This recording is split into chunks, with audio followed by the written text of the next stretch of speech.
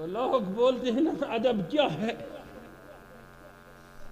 ہم کہتے ہیں ادب ہی صحابہ کو صحابہ بنا۔ لوگ پوچھتے ہیں نا کہ عظمت کس میں، ہم کہتے ہیں ادبی مصطفیٰ میں عظمت ہے۔ وہ ہمارے امام جتنے بھی آئے، امام غزالی، اعلی حضرت، بشمول امام ابو حنیفہ تک، سب نے ہمیں ادبی مصطفیٰ سکھایا۔